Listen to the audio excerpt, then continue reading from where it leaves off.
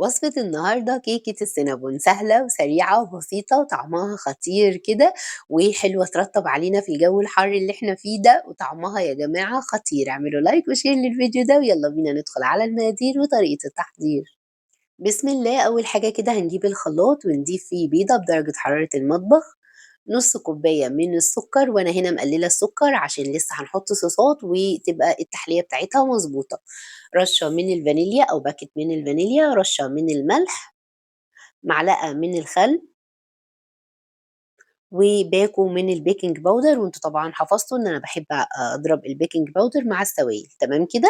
نص كوبايه من الزيت وكوبايه الا ربع من الحليب، نص كوبايه اهو، ربع كوبايه. وبعد كده هضربهم كويس جدا جدا، ودي اسهل كيكه اللي بتتعمل في الخلاط، مش محتاجه منك اي حاجه غير انك تدوبي السكر وبس. تمام. باجي هنا بقى اضيف كوبايتين من الدقيق بتدريج، ضفت اول واحده ونخلتها بالشكل ده وبدات اقلبها بالمضرب، ولحد ما تختفي باروح نازلة بالكوباية التانية بالشكل ده، وبرضه بنفس الطريقة بانخلها كويس جدًا، جدًا عشان أدخّل لها هوا، وبعد كده أبتدي أعملها بالمضرب كده زي ما أنتم شايفين وفي اتجاه واحد، مش باغيّر الاتجاه عشان تطلع الكيكة معايا خفيفة ومش مكتومة. زي ما أنتم ملاحظين كده القوام تقيل شوية، أنا حاباه كده عشان لمّا آجي أحط الحشوة في النُص تمسك معايا وما تبقاش هي والكيكة حاجة واحدة. جبت صينية مقاس 26 دهنتها كده بالسمنة ونزلت بنص الخليط زي ما انتم شايفين بالشكل ده، وبدأت أسويه. وبعد كده هجيب معلقة كبيرة من القرفة وابتدي أنخلها بالشكل ده، هي دي الحشوة بتاعتنا. قد إيه بجد خلت الكيكة في حتة تانية خالص. والناس اللي مش بتحب القرفة ممكن تبدلها بالكاكاو. تمام. والناس اللي بتحب القرفة اوفر ممكن تزودي كمان معلقة يعني لو انت حابة.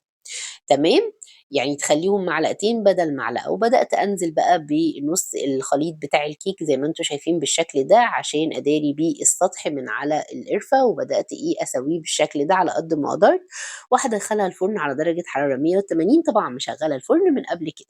تمام كده. أول ما بتخرج من الفرن باسيبها تبرد خالص، وبعد كده أجيب بقى عيدان شيش طاووق كده أو شوكة أو سكينة ونخرّمها بالشكل ده، ونضيف لها كده كوباية صغيرة أو نُص كوباية من الحليب يكون بارد جاي من التلاجة. تمام كده.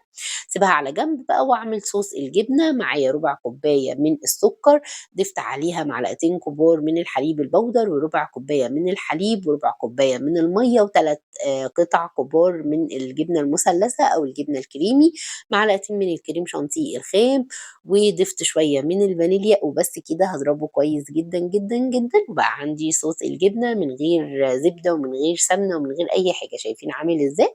وعلى طول بقى أنزل بيه على الكيكة بتاعتي بالشكل ده عشان أغطي بيه الكيكة بعد ما تشرب الحليب بالشكل ده زي ما أنتم شايفين.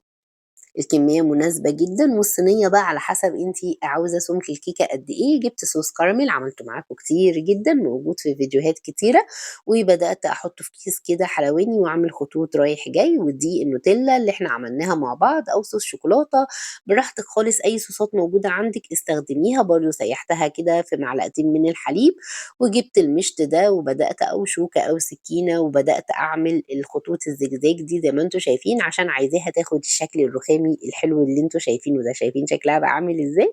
بُصّوا بقى القطعة خطيرة بجد، شكلها تحفة جدًا، وعايزة أقول لكم إن الريحة بتاعتها قلبت الدنيا، ريحتها قالبة الدنيا بجد، يعني ريحة القرفة بقى كده مع الصوصات اللي حطيناها كده، وبجد، بجد طعمها خطير، لازم تجربوها. شايفين عاملة إزاي؟ اعملوا بقى كوباية قهوة حلوة كده واستمتعوا بالكيكة القمر دي، وما تنسوش تعملوا لي لايك وشير، وبألف هنا وبس كده.